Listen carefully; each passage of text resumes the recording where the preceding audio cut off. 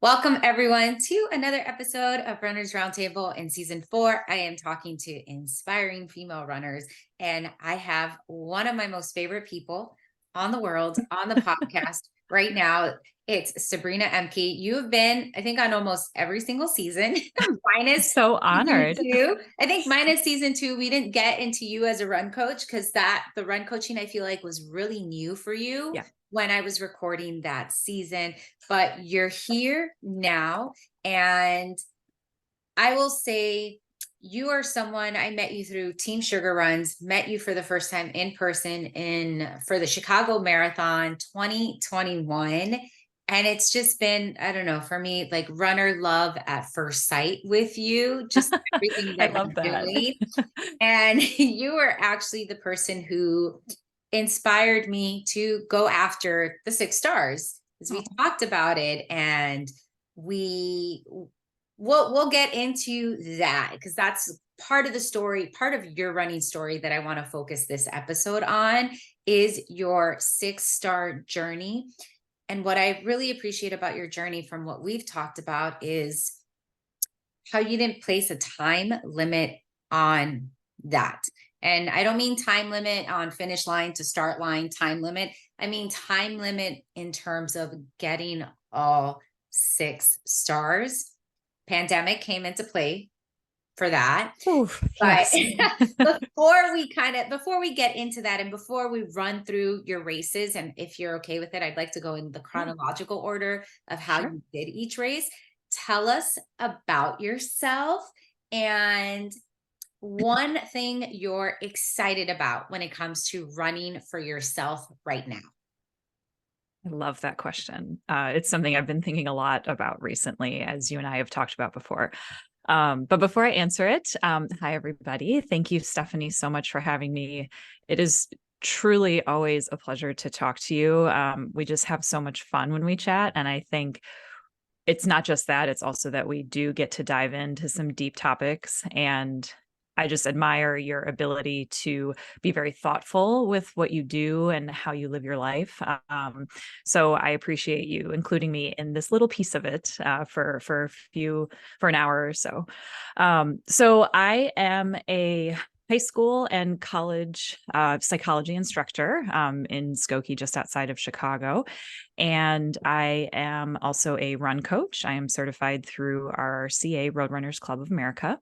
I am also the founder of the Skokie Swifters, representing today, which is a run walk club here in Skokie that I started a little over 2 years ago now. I also coach some programs within our park district and our local communities here. I do individual coaching as well. And then I also work at Fleet Feet running store, which is mostly I'm an associate. And so I do shoe fittings and other gear fittings and things like that. But I recently have gotten into doing the chalk art for our chalkboards. So I'm learning I have a little bit of an artistic streak, which I didn't know about. So that was kind of a fun discovery for me as of late. And so I've been teaching for about 19 years now. I'm currently on a leave of absence from my high school gig to be exploring some other things, like many of the things I've mentioned, and then also to get more experience at the college level with teaching too. So that's a little bit about me. And then the question you had asked about what am I excited about with running for me right now? I'm excited to be doing kind of what I want when it comes to my running. I've had, as you alluded to, quite a busy running schedule for the last, I would say 20 years since I started. We'll get into each of the races, but I started in 2003 with my first marathon in Chicago. And it's been a lot of training. It's been a lot of planning. It's been a lot of, I guess, rigid sticking to plans as much as I can to try to reach these goals, sometimes with a time goal, sometimes with a finish goal, sometimes with other goals. But right now, most of that is done. I ran the Indianapolis half marathon a couple weeks ago, and that was sort of the kind of icing on the cake. Like I have some other races that I'm registered for next year, but right now I'm looking forward to just, if I wake up in the morning and say I want to go for a 5-mile run, then I go. If I wake up and I say I want to do a little bit of yoga and no running, then that's what I'm going to do. Today I woke up and said I'm going to go to Orange Theory for the first time in like 5 or 6 months, and I did, and it kicked my butt and it felt great.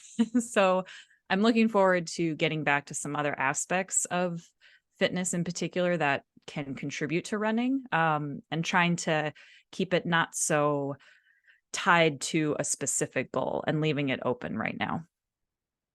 That's a beautiful place to be in, because you have lots of potential. And I mean potential in the sense of you can take any path you want depending on what you're wanting to do, because when you are training for a race, it is very specific, right? If you're training for a marathon, you've got a certain amount of run days and there's certain workouts on those run days. And then you have to make sure that the strength workout or the yoga or the Orange Theory or whatever else you're doing during that time is in service of those runs. So I love this space and time for you. And it just seems like very appropriate timing as a parallel to your professional life of exploring what there is for you. Have you been okay with the leave of absence? Was that an okay transition for you? Yeah. It's been a year and a half now. So I took a 1-year leave initially and it turned into 2. I'm very grateful for that opportunity that my school has given me to do that. I would say, if I think back to that first couple months of that school year that I wasn't part of for the first time in about 16 years, it was a bit of an adjustment. I think many of you listening are teachers, I'm guessing, or involved in education some way, and you know that lifestyle is just go, go, go. And I will say one of the things I am most grateful for and appreciative of in this last year and a half is the flexibility of schedules and not being beholden to something that is tied from, let's just say your contract hours are 8 to 4. Having the flexibility to pick my schedule is also a blessing and not something that I'm taking for granted, but it is something that has made such a difference, I think, in my attitude and like my approach to things.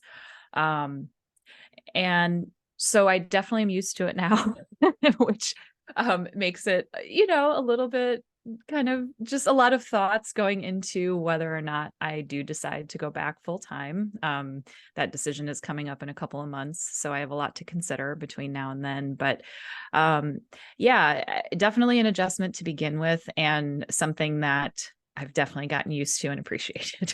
I mean, yeah, I had jury duty yesterday, and my oldest daughter is away on a school trip, and I had to take her to school at 4 a.m.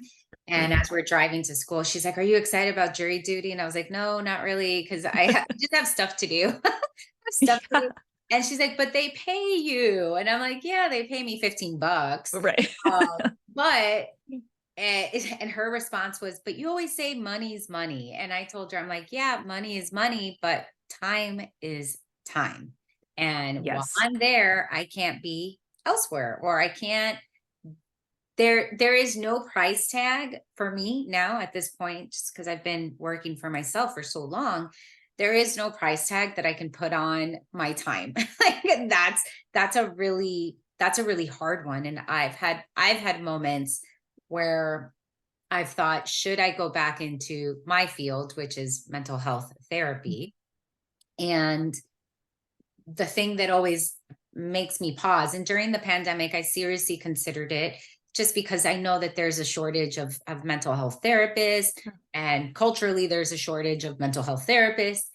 But that was the one thing that really, that paused me, because the time that I would have to commit doing either a 9 to 5 or an 8 to 5, that's really, really hard for me to do when I'm so used to creating my own schedule or having the flexibility, or even being able to pick my kids up and take them to school without worrying about having to go back to work after picking them up. You know, when I pick my kids up from school, that's in many ways my work day is done. I try to make my work day their school day, so that when they're out of school, I'm able to be present.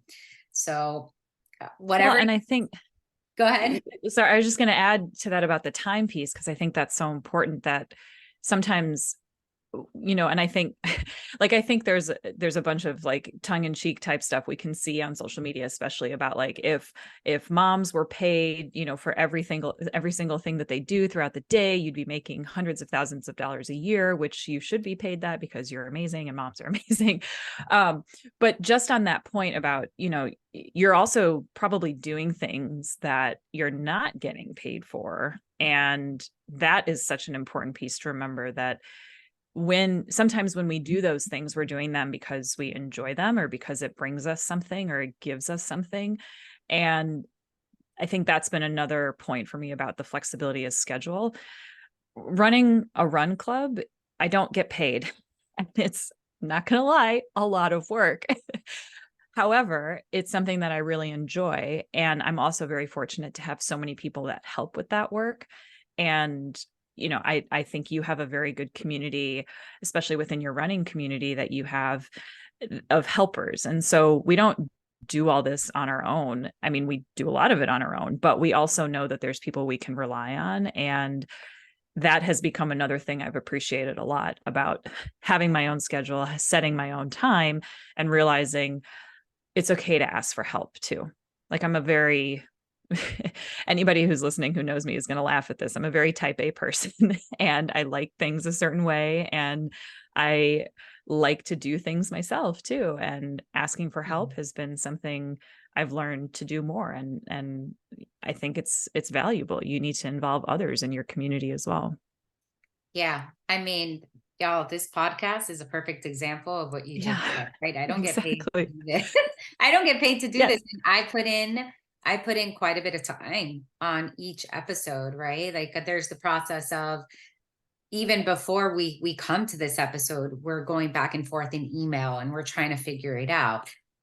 There's a Google form that you fill out, and I use that information for the show notes, and I create graphics. And after we're done talking, I upload it everywhere. And then I go back and I listen to every single episode again, so that I can find a clip that then gets shared, right? So if we're having a 75-minute conversation, that's actually each episode is about 3 hours, right? You know, 3 hours of work to get it ready. And I don't get paid for it, but it is something that I enjoy a lot. And I know that there is value in this bit of community, right? Like, for me, asking you to come on the podcast, that's like me asking for help. That is an equivalent to saying like, hey, so I need to talk to someone. Can you come and help and talk to me about it? And that is, thank you for highlighting that point, because that's also something that you take into consideration when that decision of whether or not to go back into the classroom comes up. I'm a big proponent of balance doesn't exist. We work to harmonize the different things in our lives.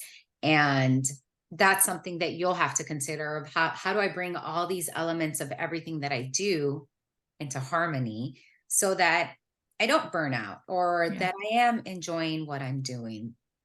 And there's, again, this podcast for me is a great example, because when I first started it, it was maybe one conversation a month. And then I was like, oh, wait, I made it a goal to have 20 episodes. Each season is about 20 episodes. And early on, I didn't understand the boundaries with that. So I was having 3 different conversations per week. And now I limit myself to 1 conversation a week. And even then, I have to be very, very careful with which days I do those conversations, so that they're not impacting other things, or moving with the flow. And it is, I think, when you are not, I know from experience, when you are in control of your own schedule, it's really not that easy to make a schedule for yourself that respects your boundaries for rest, or that respects your boundaries for everything else that you have going on. So I really, really appreciate you saying that, because there is a lot of free labor that goes into Yeah. working for yourself, or even having all these different little side jobs and side gigs. And Mhm. it And is, we might love it, and we might really appreciate it, and it might bring a lot to us. And it also can be considered work, right? I think that sometimes stereotypically we like, oh, well, if you love your job, you'll never work a day in your life. Like, well, that's not, I mean, in my experience, that's not necessarily true, because there are plenty of things that I do love about the classroom. And there are plenty of hard days. And similarly, there are plenty of things I love about being a run coach. And then there are sometimes very frustrating times too. So like, I really like what you said about harmony and balance doesn't exist. I'm going to be thinking about that for a while. yeah, sit on that one. Sit I'm on going to, it's going to I don't let even it know. marinate. Yeah, I don't even know who I heard it from, but it really landed for me. And I think maybe there's a similar parallel for you, Yeah. where the reason I really understood it was within the scope of motherhood. Of, Mm. oh yeah, balance being working and with your kids. And someone introduced that balance harmony concept to me. And I realized there is no balance in my life, because if Mm. something happens to my children, everything else has to stop. Now, if there was Mhm. balance, I could negotiate that, right? Mm. If my child wakes up sick and she has to stay home, everything I had planned for the day is trashed, Mhm. right? Like if she has to go to the doctor, or if there's something she needs to do, it's done. So for me, that was that big realization of there is no balance, because how do I balance what I can't do when someone more important is taking priority? Like my children Yeah. will always, at least probably my entire life, right? But they'll always take priorities. So there is no, I can't do it all. What I'm trying to do is do No. as much as possible within Yeah. everything that's going on. So, all Well, and right. you do a great job. You are Yeah. doing great. If nobody's told you that today, Stephanie, you are doing great. Thank you. I feel like I need to hear that all the time. Although Yeah. it's easier this week, because my oldest, like I said, is Yeah. at a sleepaway camp, and she's usually the one that lays it on thick with the guilt. And part of it is she's 13 years old, and she's got attitude. So I appreciate that. Last night, my my youngest daughter, she's so funny, but my husband had put her to bed, and I was in this room working on editing a podcast, getting everything done. And I can hear her say, "Where's mommy? When is mommy going to say goodnight?" And I walked past her. I said something. I'm like, "I'll be there." And she goes, "Is that the voice of an angel?" And I'm like, "Who's this child?" Oh my goodness, she knows how to get you. She really does. So I'm like, okay, this girl knows what's up. Her sister is in a different boat, but it's so funny. All right. So I want to go back, because I love that. I just realized this, and I'm sure you have, but your running career, I'm going to call it a career, runs alongside your professional career almost for year to year, right? You said you had been 19 years teaching. Is that what you had said? Yes. So I started teaching I graduated college in 2005, and then I was teaching that summer right away. And And then my first marathon was 2003. yeah, so Yeah. it's Wow. been quite a parallel journey. It I wrote it has. down because I'm like, wait a minute, did she just, these two things have been I side never thought about by it side. like that. Interesting. You, See, and so that maybe shows a little bit of, if I hadn't have had the teaching, maybe the running wouldn't have been as good, or vice versa. Maybe I needed the running in order to do the teaching. I think it's probably the latter. I think many of us who enjoy fitness know how important it is in order to be able to do our day-to-day activities, to have that hour, 2 hour block of time where we do get to do our fitness. But that's a really interesting observation, Stephanie. How yeah, astute of you. yeah, I wrote it down because I'm like, wait a minute, these are very close together. And I don't know if she's realized that, but I want No, to I point it out. didn't even think about it like that. Okay, so let's go back to 2003. You're running the Chicago Marathon. How did that race come together? Like, is that my first year of running Chicago was in 2015. 2015. So in 2003, was it a lottery system? Could anybody run it? How did it work back then? Sure. So to be honest, I don't know like on a whole how it worked. I so I was in college and I went to Northwestern and I was taking the train down to the city for an internship that I had. And I just happened to be sitting on the train, looked up, and there was an ad for the National AIDS Marathon Training Program, which is now called Team to End AIDS. And I saw this ad and I'm looking at it. And up until that point, I had run a number of 5Ks, maybe a 10K or two, but I only ran track 1 year in high school. And then I ran for exercise in college, but I wasn't on a team, or I never did cross country or anything like that. So I see this ad and I'm like, a marathon. Like, I don't know, there's maybe many of you who've thought about doing a marathon, but at this point you're at 5Ks and maybe you think like, oh, I got a while to work up there. I don't know what made me think that going from 5 and 10Ks to a marathon was a good idea, but whatever. I saw the sign, and my dad at the time was also running. And so I called him. I was like, hey, I'm looking at this ad. What do you think? Do you want to do it with me? And he's like, nah, I don't think so. I'm like, okay, whatever. Hung up.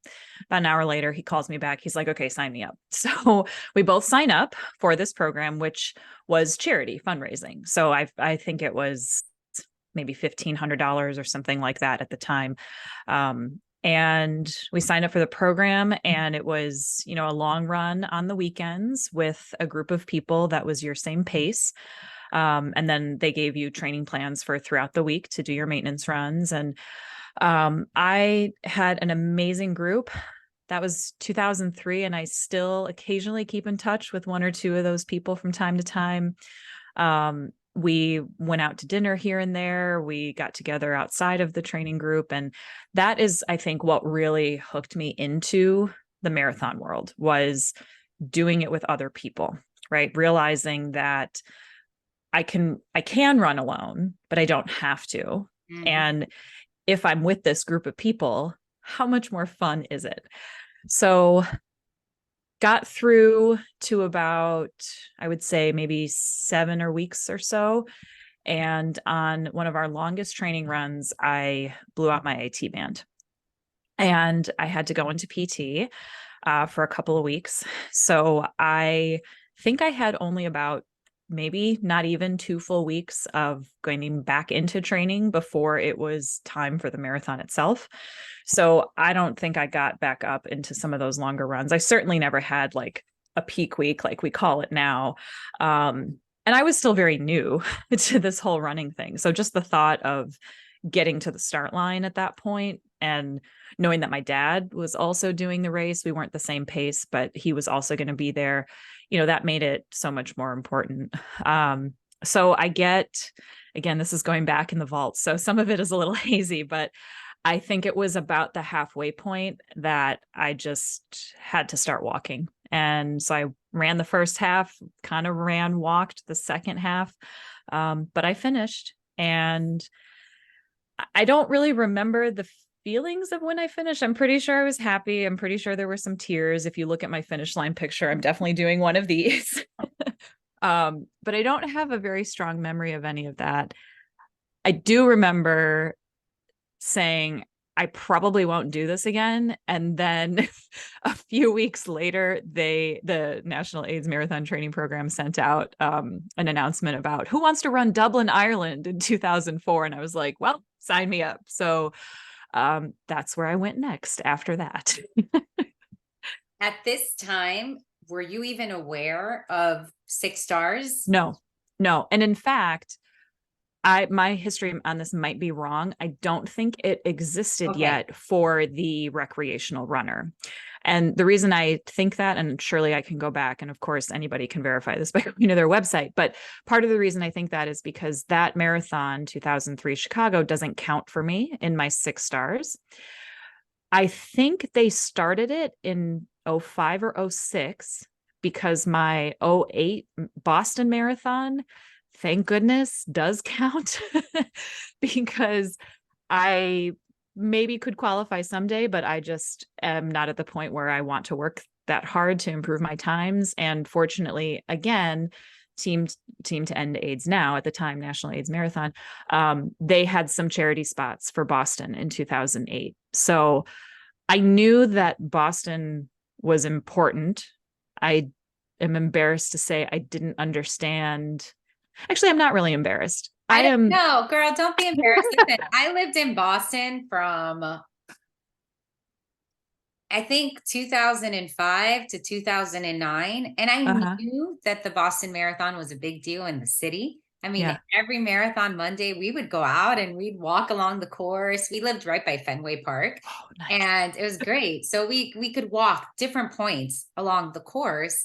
And I just thought it was cool. I had no comprehension of what that race meant to anybody. I just thought, here's a city marathon. So cool. Like I had no clue. So don't even. I'm gonna rewind and take that statement back, because it was the same thing for me as your feelings. It was, I knew this was a big deal. I knew that there was some history behind it. I knew that I would have to qualify in order to get in. And so having a charity opportunity was one that I couldn't pass up. And getting to do it with my friend Steve, who was employed through the National AIDS Marathon Training Program at the time. I had been with him in Chicago, I'd been with him in Dublin, and then he was going to run Boston also. So like that, this friend theme going through it too, right? So I definitely remember it was sunny. It was kind of hot, I think. You could go back in the weather forecast and correct me on that. But I do remember running through Wellesley. I remember passing the Citgo sign. I remember thinking at the time, Heartbreak Hill wasn't that bad. Maybe I'm just wasn't even, you had marathon brain at that point. Yeah. But that was pretty fantastic. And then didn't do anything again until I ran 2013 Chicago. And that was about 5 years later. I'd been running half marathons and other things in between there. But when I turned 30 in the year 2012, that December, I decided that the next year I wanted to celebrate turning 30 by running 30 races in a year. So kind of front loaded a lot. In the first half of the year, I ran a half marathon that June to celebrate my half birthday. And then that October was going to be the race number 30, which was the 2013 Chicago Marathon. So by that time, I started to know more about the 6 stars.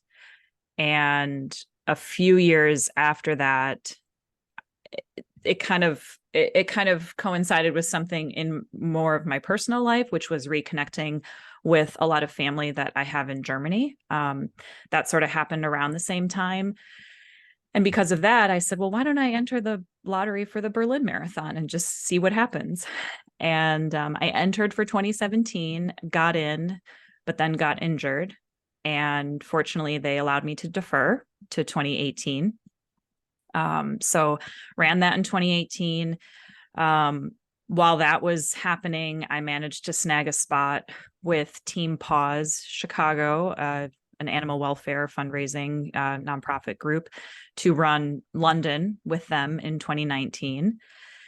And that summer, we went to Hawaii to celebrate my husband's 50th birthday. And I forced him to stay in the condo one afternoon instead of going out in the Hawaiian sun to make sure that I could get in the charity entry line online for the Tokyo Marathon for 2020 and got in. So that one I did charity entry, which is still a lotto system, kind of a lot. It's basically first come, first serve. Yeah. So I want to go into Tokyo a little bit more because I feel like Tokyo is, and I'm going to kind of pull back and ask a little bit more, some more questions. Yes. Sorry. I will pause for a second. No. So for Boston, when you ran it, how much did you fundraise? Do you remember that amount? So I'm pretty sure that it was around 5,000, which is in some cases only half of what you have to raise now to run Boston. I know many of them are 8, 9, 10. So 5,000. So that was not the most though that I did. For London, I had to raise 8,500.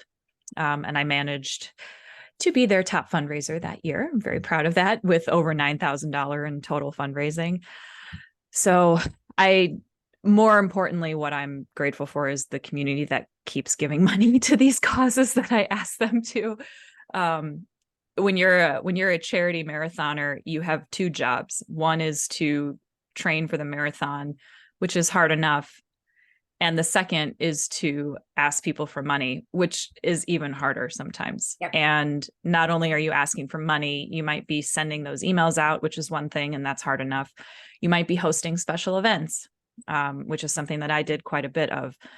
I was really into Orange Theory at the time of the London Marathon, and they allowed me to host a fundraising class there, which raised over $700 in just an hour. Yeah, people were so generous. So it's, we can have the Boston debate all you want, but anybody out there who's a charity runner has done twice the amount of emotional labor, and mental work that anybody else has. And that doesn't diminish anyone's qualifying time for Boston. These two things can exist at the same time. Yeah. I always say that when we won't go into the Boston debate because we've gotten into it before, and anyone who wants to talk to us about that, you can reach out to us offline. Happy to chat. But I want to, yeah. I just want to really amplify what you said about the emotional labor of doing both, because training for a marathon is really hard, but you're only relying on yourself, right? Like it's all on you, whether you go out and you do those training runs, it's all on you, whether you do the workouts, that's it. Whereas charities, depending on, and I feel like it's changed, because there were definitely, in my time, I have fundraised for charities that would require you to meet the minimum before race day. Yes, there's right? that too. Has that changed now? I feel like it's changed now. I know when I did London, the race was in April and we had until July to complete our fundraising, which again, when I first started running, it wasn't like that. I ran for one organization that the fundraising was $3,000. And if you didn't have that amount raised by race day, they wouldn't give you your bib. And that was, I will never fundraise for that organization again. I'm sure that they have changed things since, but that particular training cycle for that race was so stressful. Oh my gosh. Because I didn't even know. Honestly, it was the week before the race is when I met my minimum. Oh my gosh. It was one of those things, you know what it is, to go into like a few weeks before your race wondering, hey, am I going to be able to do this or not? I, how much time do I actually commit to training when I don't know if I'm going to be able to show up? So when you ran it in Boston, 5,000, was that an amount you had to raise before race day, or was there leeway? So I'm very taken aback by what you're saying about they wouldn't give you your bib. Because from what I can remember, and I've fundraised, I would say I've done Team Pause, I've done diabetes, I've done the AIDS Foundation. I would say at least 4 or 5 different organizations, and for different races, also not just marathons. But I would say with any of those, from what I can remember, it was always, if you don't meet your minimum, we're just going to charge your credit card for the rest. So you'll get your bib and like, you'll get to do everything. And then if you later want to come back and fundraise the remainder of that, you can, of course. Otherwise it just goes on your own credit card that you give up front. Yeah. which makes sense. I mean, I understand that, right? Like especially for some of these world majors where you are getting such an opportunity to enter this race and almost a guaranteed opportunity, right? Like not everybody is guaranteed because so many of them are lotteries, but this fundraising almost gives you a guaranteed opportunity. So when they're giving that to you, I understand they want to protect their foundation too, right? And generally speaking, you probably are running for something that you believe in. So I'm happy to give them the money also.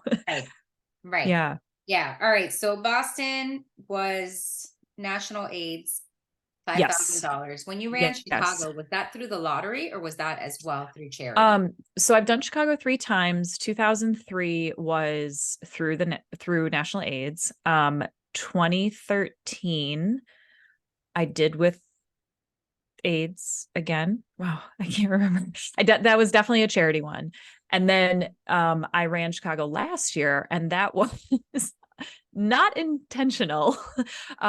In Chicago, it's changed a few times over the years, but there is now something that's called the Chicago Distance Series, which includes the Shamrock Shuffle, the fairly new 13.1 half marathon, and the Chicago Marathon.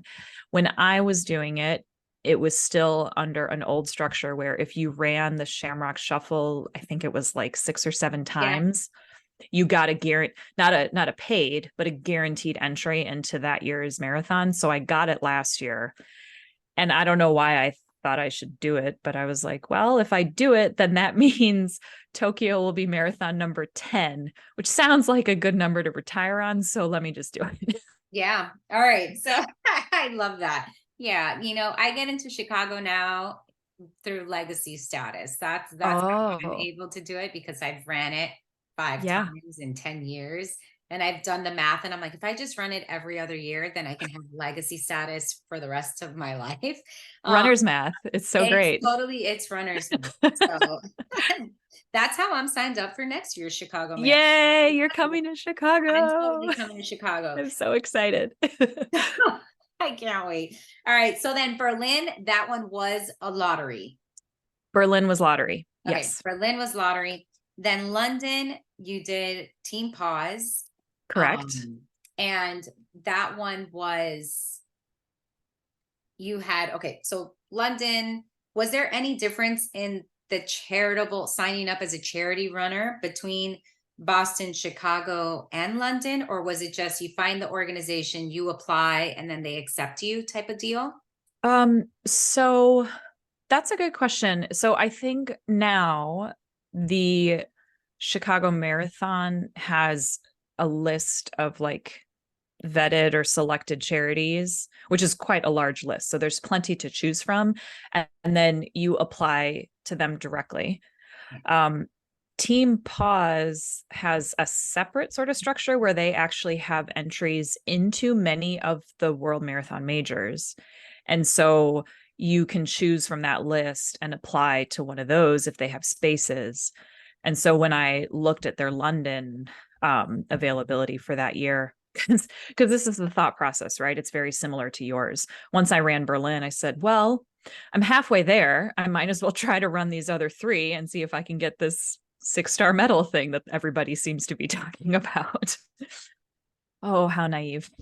Yeah. And it's also like, we don't really, that was kind of the same process for me of, well, after talking to you about it, and I was in a space of wanting to try marathons again, because I felt like I had somewhere along my running journey kind of lost the curiosity that goes with marathon training for me. And I know we had a discussion and I thought, well, if I'm going to get back into marathoning, it's got to be something really special.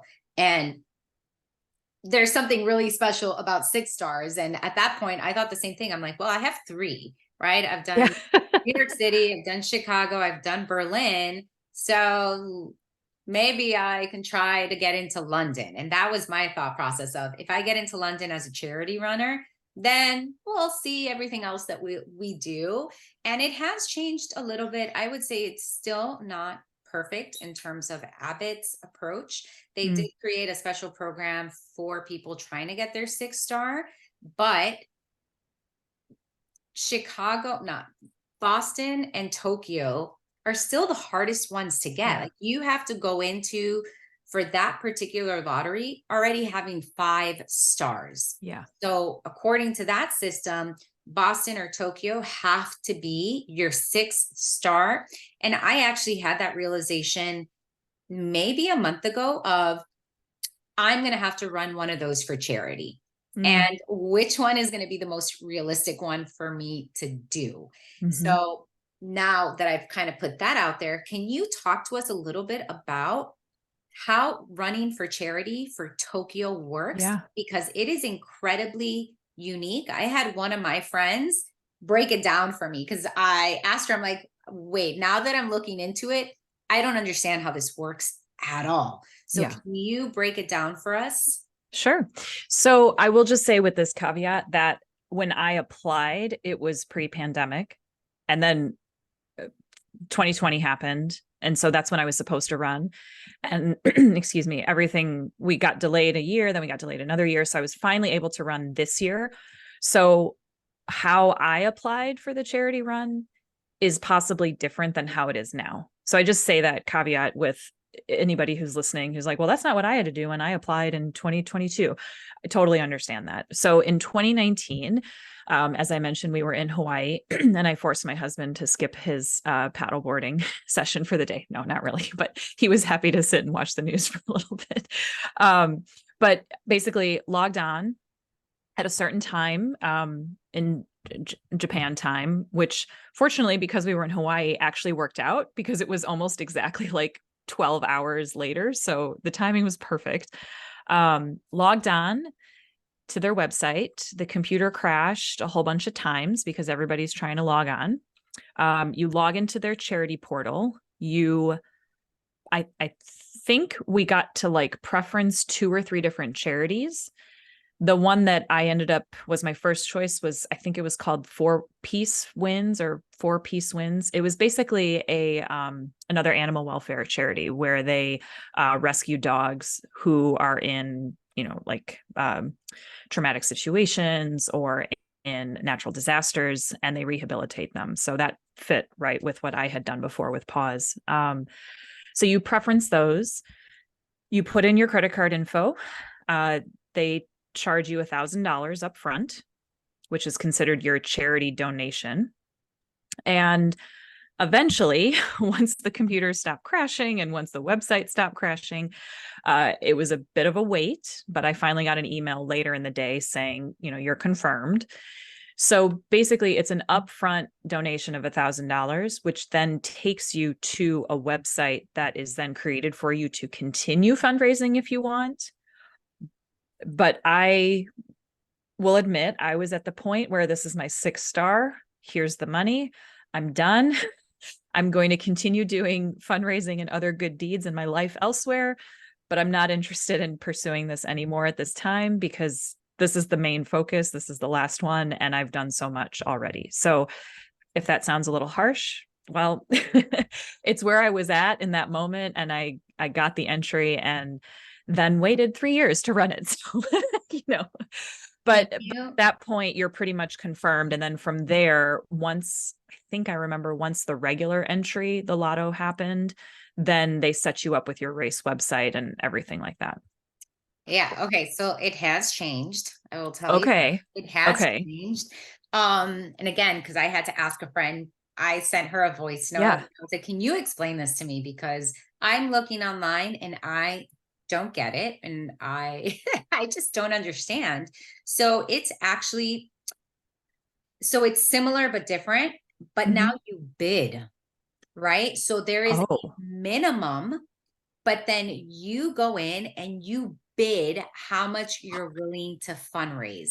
Oh, if you're curious about it later, you can go on to Reddit. I think I will. Oh my goodness. I was on Reddit and there were people that were talking about how much they bid for, and I think you can only pick one charity and you bid for a spot on their team. So again, there's a minimum, right? There's a fundraising minimum. Let's say it's $1,000. Oh, you're not sure what it is. Okay. Yeah, no, I don't remember what it was. Okay. But there is a minimum to be a part of the charity, but essentially you have to bid what you think is your maximum number. And the charities are obviously going to accept the maximum amount. So if you're bored, so 20 grand. Yeah. If you're bored later, you can go on because I went down a rabbit hole of Reddit. Oh my goodness. Posts of people saying for this past year, how much they bid. And it was so interesting to hear because there were people that were like, oh, so I overbid. This person got in at this bid and I bid like $200 more than them. So I could have done it. But it's very similar in that, so it almost feels like it's a lottery system for the charity as well, because you don't find out until a few weeks later. that you got Okay. accepted. At least that's kind of my Wow. understanding of the timeline, is that there is a window to bid for a spot, and then you will be notified later as to whether you get that spot. Your credit card gets charged, so you are doing the money upfront similarly. Yeah. And then it is up to you whether you either continue fundraising or you do fundraising to pay yourself back for what you've raised, essentially. Yeah. But I was shocked when I learned that it is a bidding process in order to get on a charity. And, I will say that even though I was shocked, it is still cheaper than, Yeah. Boston. It is still cheaper Sure. than London. And that's that with London. I want people to know too, that there's, for each of these races, there's different minimums. So when Right. I ran London, I actually went with a London-based charity because their fundraising minimum was 3,000. Whereas if I would have gone with a US-based charity, it's $10,000. Wild. Yeah. But it was the same where London, I had to apply, like I had to submit an application. They called me and it was like an interview of, how do you plan on fundraising? What's your fundraising experience? Like there was a whole Wow. discussion. And then after that, I was like, okay, yeah, we'll have you on the team. Yeah. But just so that everybody knows that each race does have different minimums and different procedures. But I found the Tokyo one to be the most complex because it's a bidding process. It's not like what you said where you have preferences that kind of match you. So, if you have any athletes that want to run Tokyo, just kind of keep that in mind. Good to know. Well, and I think maybe this is a good time to also just maybe make an observation or just put this point out there that having done all of these, the other thing that I've really learned in the process is also how different running is in different countries. And, you've done London. So that, there's differences. It's pretty much the same, but definitely there are differences. Berlin, differences again. As someone who is German myself, I appreciated the strictness and the routines and like all the policies and everything, right? It was a little bit more to the T in Germany, but the biggest difference here, which I think is going to probably become more pronounced as Abbott looks to expand to possibly 7, right? Right now they're considering Sydney. They're also considering Chengdu, I believe. And then there's a third one. I can't remember it. At one point, I thought it was Singapore. At another time, I thought it was something possibly Johannesburg, South Africa. But in any case, I think we're going to start to see that more pronounced as we get to more collectivist societies as well, rather than just an individualistic society where the person is valued. In a collectivist, this is my psych teacher talking now. In a collectivist society, it's the community, right? It's not you first, it's everybody first. And so that was really pronounced to me in Japan. And two things. One, I thought it was great to learn that and to understand how an individual sport like running is done in a more collectivist society. And two, I will say this, and I hope people take it to heart. It was very disheartening to hear how many people complained while they were in Japan. And of course, these are people who are from more individualistic countries who have who believe that running or whatever should be done in a certain way. And when it doesn't go that way, when they're in a country that isn't theirs, the complaints come out. And I understand that people have stressors when they're traveling. There are so many different things to consider. It's also really important for those of you who are going to pursue these 6 stars for you to remember that you are a guest in another person's country. And I will admit that probably a lot of what I saw was still like COVID based because this was March of this past year and Japan literally had just opened its doors to international travelers, I think it was just a few weeks or a couple months prior. And so we still had to do all of these COVID protocols. We had to report our symptoms through an app that they provided about 2 to 3 weeks before every day. Once we arrived there, heavily masked still, hand sanitizer, everything everywhere, still a lot of those policies in effect. And if you weren't wearing a mask, it looked a little odd because everybody else was. Once you went to the expo, you had to show your symptom report. They handed you 2 COVID tests. You had to take those 2 consecutive days in a row leading up to the marathon. Once you did that, you reported those results in the app. And then once you got to the marathon on that day, you had to go through an actual airport style security screening and show your green confirmation that you were clear. Were there plenty of people who probably didn't follow any of those and still got to run? I'm sure there were, right? Were there plenty of us who were trying to just do the best we could with what we were given in being guests in this country? Yes. So I say that just to also say that as Abbott continues to expand, it's going to be important for us to remember that running is different all over the world, and how we think of running is not necessarily how another country might think of it. I appreciate that, because I knew, again, following along you when you were there, all the COVID testing that you had to do. And at least in the bubble that I take up space in on Instagram, I didn't get any of that. I got a lot of people that were, if anything, they complained about the course and how many turns there were. And there were a lot. Yeah. And how it just was not a great course, and even how discouraging it was to kind of run alongside people further along. So that's what I heard. But it is a very interesting thing to bring up in terms of if you're going after these goals, knowing that it is a different country. I mean, for me, it was something silly with Berlin, that everything was in kilometers, and I wasn't prepared for that. That threw me off to no end. I was like, wait, what? Kilometers? And then my bib had my name on it. So I also wasn't used to that. Everyone's screaming my name on the course. I'm like, how do they know my name? And I'm like, oh, it's on my bib. So it is very, very different. Well, and I think that some of what I think both of us are getting at is, maybe this is, outside the realm of this discussion, but just travel in general, right? We shouldn't aim to be the ugly American when we travel.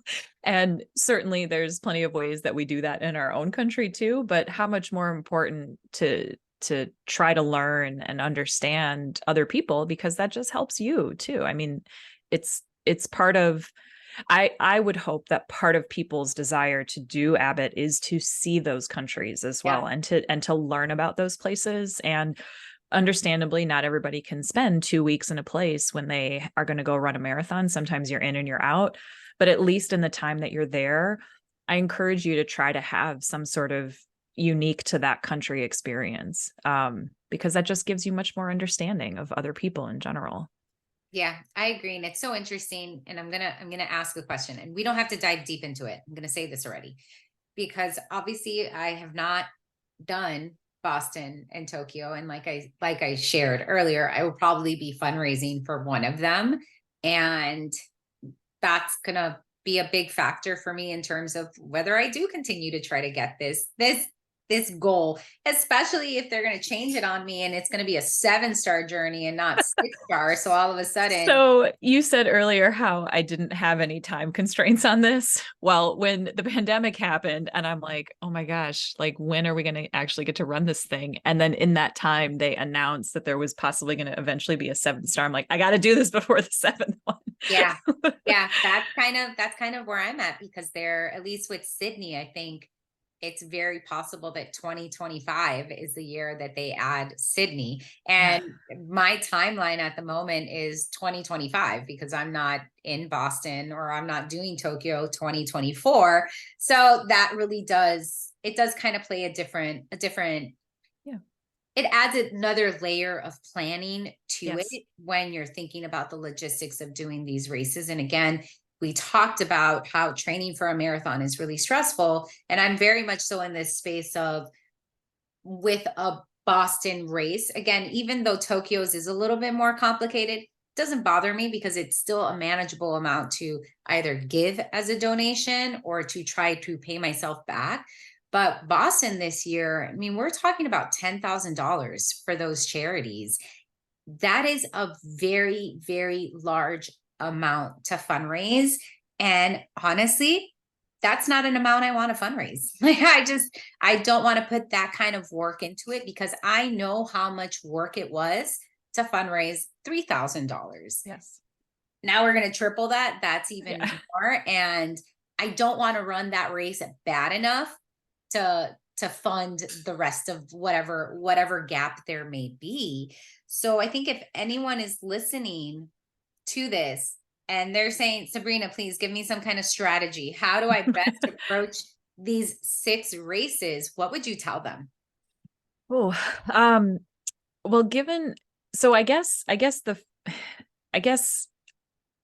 let's pretend Sydney's not going to exist. So I was just going to say that was a thought process I was having. Well, like, do I explain this in terms of there possibly being a 7th and maybe even an 8th and 7th? Let's just pretend it's a 6th. Okay. Well, first of all, I would show you this so that it entices you. I got my frame for all 7 of my medals, so I'm waiting to put it together. It's actually really cool. It's support your local artists on Etsy. And then they all fit like around in here. I haven't put it together yet, but basically. Oh my goodness. Yeah. And then of course this guy goes in the middle. So it's magnets. Who knew? Oh my gosh, I want that. Anyway, so that's to tempt you. But I think 2 things come to mind right away. The first is something that Stephanie, I think you have actually said on a number of podcasts and also in a lot of your posts. And I think it's just a question that as runners, we sometimes have to, should, need, want to think about is your why. Why did I do this? Because I thought I could. You mentioned earlier about timeline, and I didn't really have a timeline, but when I had only Tokyo left, in my head, I said, maybe I can do this by the time I'm 40. And sure enough, I am 40, and that's when I did Tokyo. So there wasn't a real timeline, but based on what I had seen in my little bubble, a lot of people older than me were completing these 6 stars. And I don't know the stats on it. I do know that there's around only 12,000 people in the world that have their 6 stars. And some of those are multiples. So I don't know the stats on the age, but I do think that I'm on the younger end of it. And I thought that would be really cool to be able to say, I did this by the time I was 40. I also did it because it was there. Why not? And it gave me something to work towards that wasn't something that was at home, or it wasn't something that was, another state away. All of those are valid goals. For me, I wanted something more. I wanted something bigger. So I think figuring out your why is really important. I also did it because I was able to give back to causes that were important to me.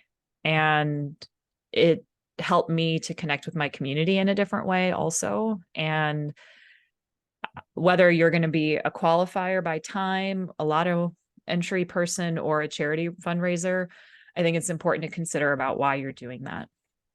The other thing I would say is that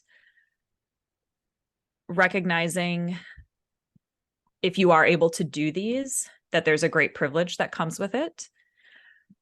A friend of mine and I were chatting the other day because this reel had been going around. I don't know if you saw this, but it was basically, I forget the scene of the movie, but it was like, what are we talking? $50 or $60 from Adam Sandler. And the guy's like, no, $43,000. And Adam's like, what? No, I'm not going to do this. And it was the medal, the 6-star medal in the bag. And I laughed at that initially. And then I thought more about it. And I was chatting with a friend briefly about it too. And I said, yeah, that's not far off. And that also means that there's an incredible incredibly large percentage of the population that will never have an opportunity to do, let alone one of these marathons. And granted, not everybody wants to. I'm not saying that everybody should want to do this, right? I'm saying if somebody does want to, there may be some great obstacles to that as well. So I think recognizing that you have the privilege to be able to do this first and foremost is also very important. And what are you going to do with that privilege? For me, part of what I did with that privilege was to fundraise.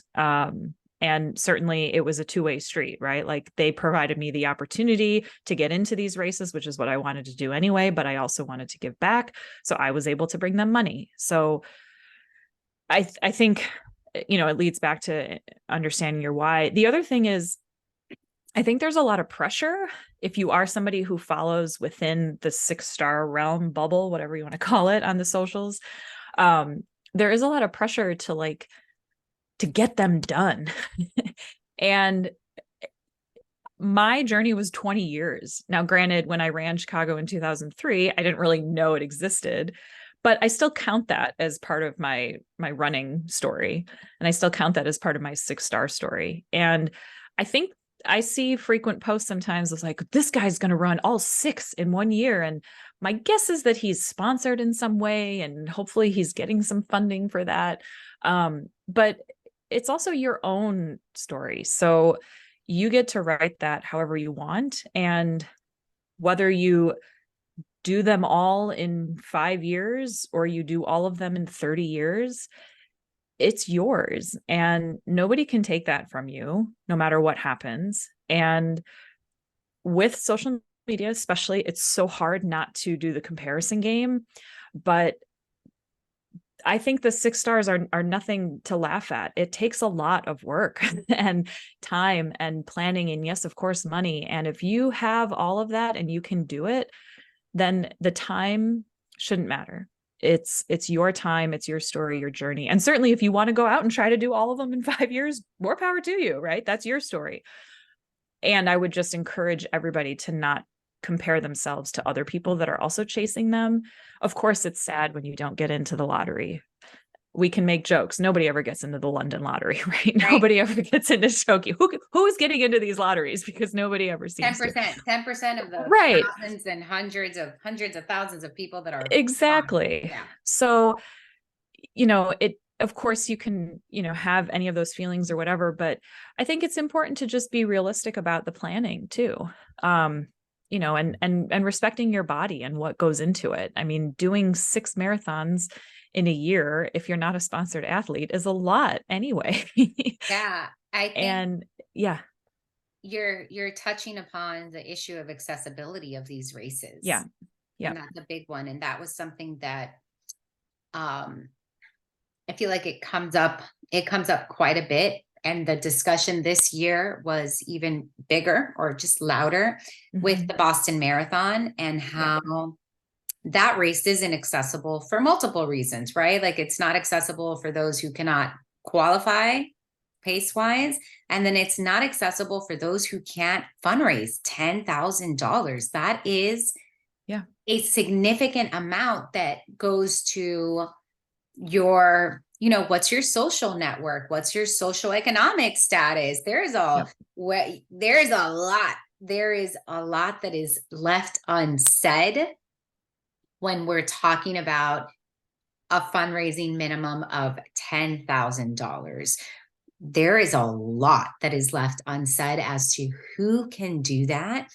And even just thinking about, even if you say, oh, but my company matches. Okay, you've got to have a pretty good job. Right? Like you've got to have a pretty good job that they're going to match you. So those are things that I don't know if people really put a lot of thought into it, because there is that why. And as I'm hearing you speak and I'm thinking, I'm like, what's my why? It's because I want to do something unique. I do want to travel to these places, but at the same time, it's that harmony that I was talking about earlier. It's bringing into harmony this desire to do something new, to go somewhere new, with the effort that it's going to take the emotional toll that you were talking about of fundraising X amount of money, right? In an ideal world, like I've mapped it out for myself, an ideal world, I'm running Tokyo next because their fundraising minimum isn't astronomical. And then hopefully, like the ideal world is Tokyo, and then Boston would be the last one.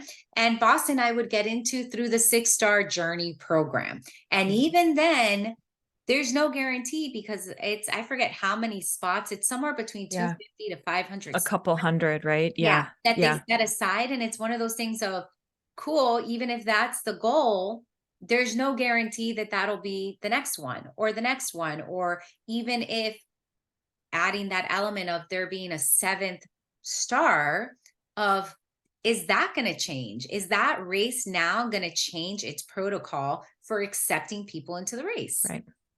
Is that race now going to be something that's lottery based, or because it's affiliated with Abbott that all of a sudden there's going to be an increased interest? And they're trying to mitigate that.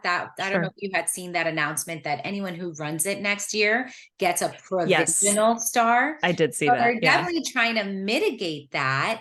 But even then there's people who are, and I was reading the comments and people who were saying that it's unfair for those who ran it this year when the race was in contention, that this year's race, even though it's in consideration, is not considered for a provisional star. So there's so much that goes into this goal that is bigger than just, oh, I want to run these 6 marathons and get the 6 stars. Well, and I think to add to that, because you're talking about accessibility and what, I mean, this is, I think, a larger just running community question, which I think we've touched on too, but Running While Black by Alison Desir, she talks a lot about Boston and its accessibility to non-white people as well. And so not only do we talk about the economic accessibility points, do we talk about the social accessibility points, but there's also the racial accessibility points. And I feel accepted as a white person in the running community, but that is definitely not how people who do not identify as white always feel. And with that, I think Abbott has a responsibility to make sure that they're being accessible on all of those levels too. Of course, they're also a company, right? So they're working for profit and they're working to promote their company as well. So they have, I guess, that excuse or that leeway, I suppose. I'm not sure what to call it, but they also, in our changing world, have a responsibility to make sure that there are ways for people to access this that want to, and that really have a goal to try to get it done. So I just wanted to add that piece to it, because I think that's another like unsaid piece, right? And I know we've talked about it and certainly in other podcasts, but still there's that piece that we always have to make sure that goes said and not unsaid. Yeah. I mean, there's still, there are things that I wish, because it's so interesting when you think of Abbott, right? Abbott is your umbrella company, and yet you have Boston Marathon. They sell all the swag. You're like, I have it all. I have it all. You have, and it's even the same Boston and New York City, right? New York Roadrunners, that's a nonprofit organization, right? Boston Athletic Association, nonprofit.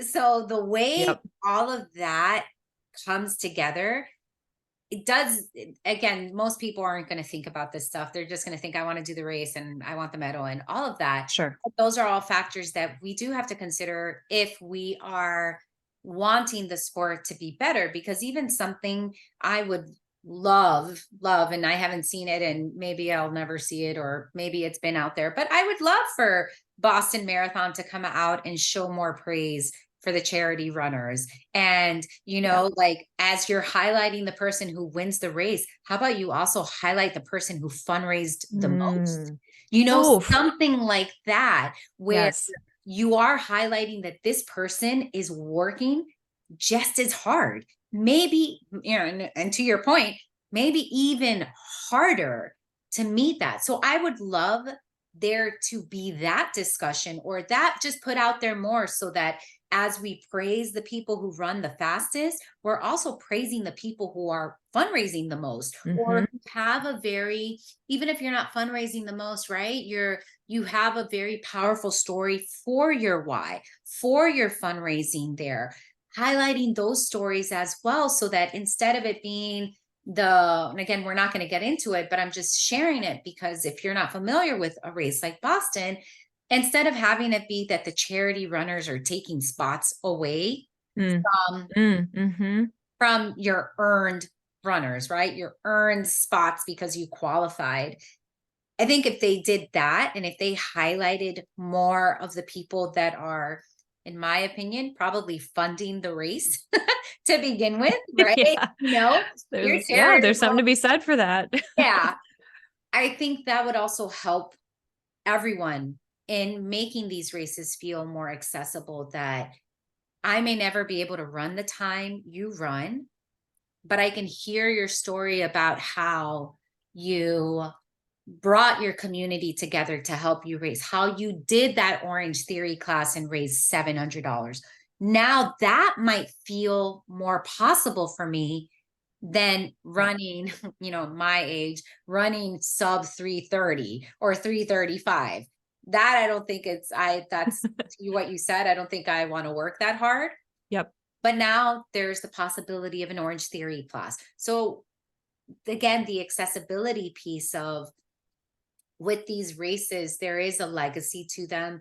There is, community legacy. There's certain pride level to them, which I think that's why I personally, even though London was a challenging course for me, I loved the experience, because London is the biggest charitable day for that country, right? Like that is, and everywhere you look, everywhere you're looking, left, you're right, behind you, in front of you, there is a whole mile of the different charitable organizations set up. That is a race that celebrates charity. Chicago does that too. Yeah, there's Charity Block Party, I think is what it's called. I think it's around like miles 15, 16, 17, somewhere in there. The halfway mark. Yes. And it's like literally just blocks of tents of the charities. And it really truly is a point in the race, and in which I personally always need a little bit of a boost. And so whether I'm a charity runner that year or not, seeing that kind of energy, given the space to celebrate, right? It's not just like somebody random who popped up a tent and they're one charity. Like this is specifically where we like to celebrate all of our charities. So having that space there is really important. And I'm sure that, I don't know for sure, but I'm sure that other marathons do that as well. But it's such an important piece because of that, makes it more accessible. Like we were talking about before, that's the accessibility piece, the visual, right? The seeing it. Yeah. Yeah. So you have your 6 stars. And I remember talking to you after Tokyo, and you're like, yeah, I think I might be done with marathons. And now it's November and you want to know my answer to that question again? I'm just curious, how are you feeling looking back so at this journey? Yeah. So sometimes it feels surreal.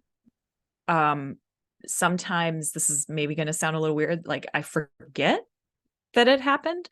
And I think part of that is maybe just because this has been such a full year in many parts of my life. Good things have happened, bad things have happened, but I think it feels like it's far away. And then I will admit, I look at my posts once in a while that I made right after finishing, and then I'm brought back to that day. And I think that's one reason why, if you visit my Instagram, Run Teacher Sab, you'll see that there's 3 pinned posts about the 6 stars. And I will say that even though I was a coach for 3 athletes for their first marathons at the Chicago Marathon this year, I had to make it about me a little bit, because when we went to the expo, that was the first time I got to see my name on the 6-star wall. And I remember being in New York when I ran it in 2018, looking at the wall and thinking like, I think I will be there someday. Like this is star number 4. I've got 2 more. Like, let's get it done. And so seeing my name there kind of brought it all back. That said, I don't think I'm going to be pulling a Tom Brady anytime soon. I am retiring once from full marathons, and all of my friends have made bets, of course, that I'm lying. But no, I mean, I still have running goals. One of them is to run either a half or a full on every continent. So I think I've got 3 down. I've got 3 to go. Africa, South America, and Antarctica are the ones that I still have left. So we'll see, maybe something will happen with that in the next year or so, but I'm not putting a timeline on that one for sure. And like I told you at the beginning of this conversation, I'm very happy to be doing just what I want with regard to running when I want. And, I think also the other thing that sort of changed for me is having coached this year. Watching 3 different athletes go through the marathon training process and getting to really see it, right? Like when you have friends who are training for a marathon, like, of course you see them and of course you see their posts and whatever, but to actually plan their training and to listen to their sorrows and their joys along the way, it really put my running in a new perspective as well. So first of all, thank you to the 3 of them for trusting me over the last few months. And, they all had different turnouts on marathon day, but I am equally proud of each of them for how they handled their training and also marathon day itself. And I learned so much from them in that process, and I'm so excited to see what's next for them. And I think it's just time to do a little self-care and self-rejuvenation, I suppose, with regard to running. Yeah, being a coach it's actually pretty exhausting come race day. I mean, I had Oh my people gosh. I ran 10 miles that day. I just want everybody to know that. They ran 26, but I ran 10. Yeah. I mean, I was here in Miami while everyone was in New York City, but I was on my phone. I was refreshing. I was looking at the map. Your mind. Yeah. I was trying to send everyone messages at different points because I'm like, I know they have watches. I know they can see my little message of go 10 miles in Central Park. And that was at the end of the day, I was like, I need a drink. Like I celebrate alongside them because it was a lot. 100%. It was, it's so funny. Our lawn people are here and I can right outside. So I keep looking and muting myself, but, that is a lot. And it really does put your own running in perspective. And I feel like even for myself, it puts my training in perspective in terms of extending myself more grace and being okay with whatever happens. Because if I'm telling my athletes, you're amazing, regardless of your finish time, those are words that I need to start to accept for myself as well. Like that's a pill to swallow. Oh yes, and it is. And I think just to illustrate that point a little bit, I ran Indianapolis half a couple weeks ago, and I really, really have been trying hard to go for a sub 2 half again. And I think I was definitely on track for that. And then had some challenges that occurred at the end of September with regard to family. But that day I was so ecstatic with how it went. And it really shifted. We talked about this, and you did such a great post about this, about having different kinds of PRs. And that particular race meant so much to me. And I think we called it this, like the survival PR. And let's reframe what we think of as success too. Obviously we can have time goals and we can have all that. And we can also have these other things. And so like you're saying, giving grace, like that's something that's really important, especially when we're coaching others to do that. And then we should do the same for ourselves. Yeah. I mean, it's hard. I'll say that Sure. for myself, it's hard because obviously there's a different emotional investment. Whereas when I'm coaching someone, I tell my people all the time, I'm like, it's a suggestion. This is what I think you should do so that you can have the best day possible, but you're the one putting in the work, Yeah, right? Whereas my training is I know the work I've put in, I know the effort I've put in, I know the sacrifices I've made. And it's a little bit easier to be disappointed when things don't sure. go as planned, but it's also a great reminder that there is so much more. And I feel like that's a thread throughout this discussion with you, is that there is so much more to running, right? There is so much more to why we do this thing called running. Of all these sports you can do and everything else that's out there and available to you, this is the thing that you're doing. And even for yourself over the past year and a half, you've really, like, you dove in. You Mm. know, you went from runner to run club person to an associate in a running store, right? Like, and each year that you're doing these things, it keeps on growing. Even this year with the Chicago Marathon, right? The Swifters had, it was a full week of events where I'm like, holy smokes, this is even more than what she did Yeah. last year. Like Yeah. last year you did stuff, but this week it was, you had something every single day. So it's just a reminder, I feel, of there's multiple ways to be in the sport. Even when we're chasing these big goals, there's multiple ways to be in community in this sport, which is, I know belonging is something that's really important to you. Mm. So as we start to like wrap this conversation up, I'm curious to know, looking back, what words would you have for 2003 Sabrina? Ooh.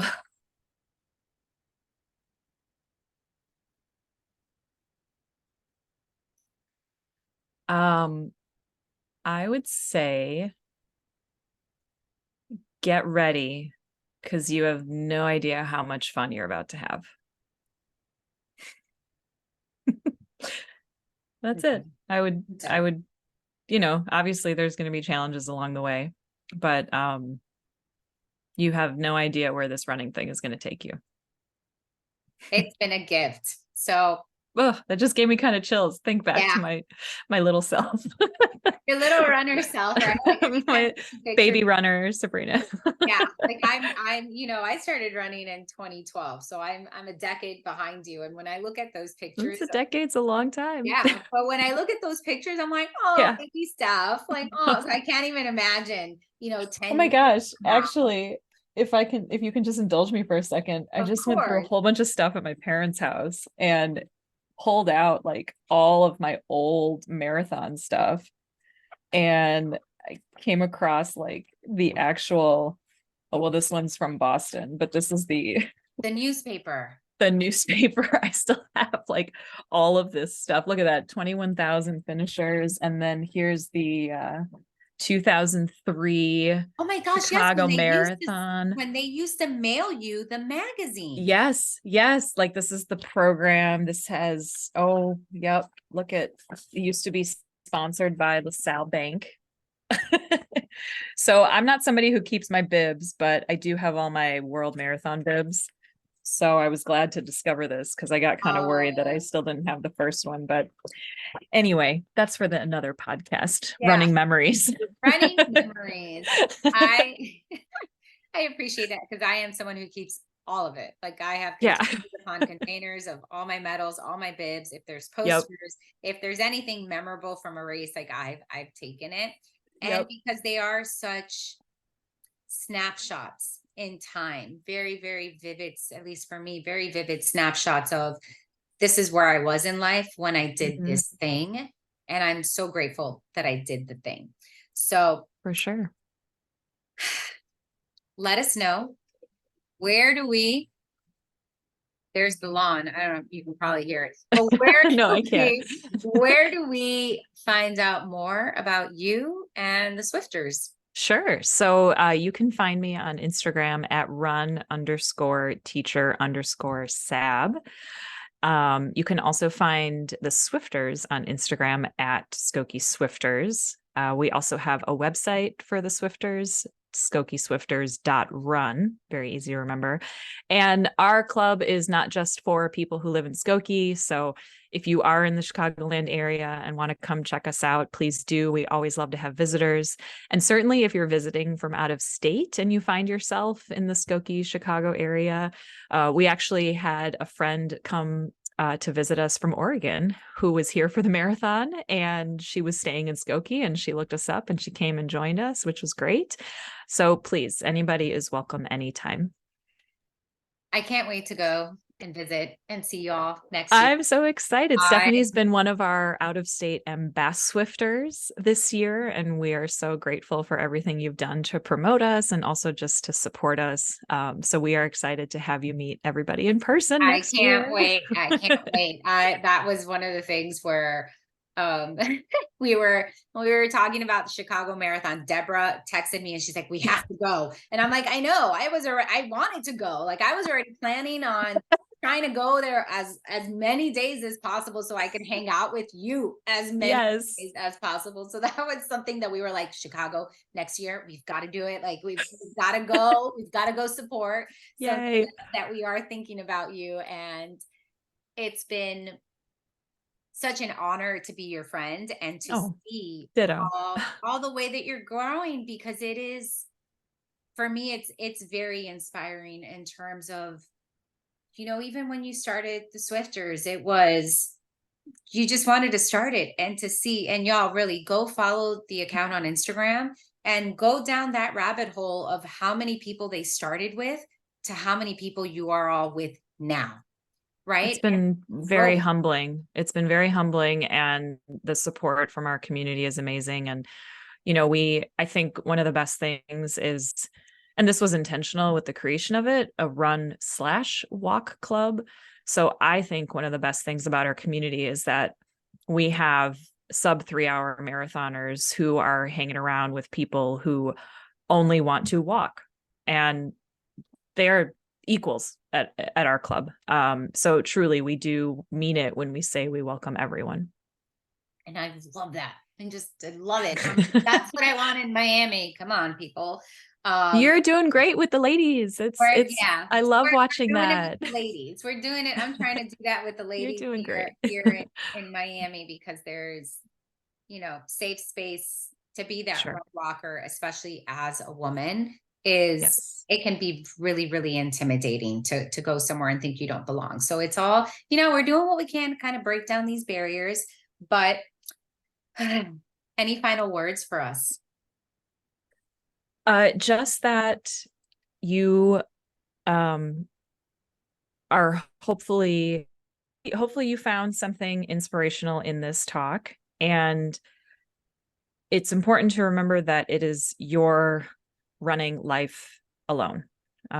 You have your goals, and maybe you don't. If you have races you want to do, maybe you don't, right? But whatever running means to you, that's yours.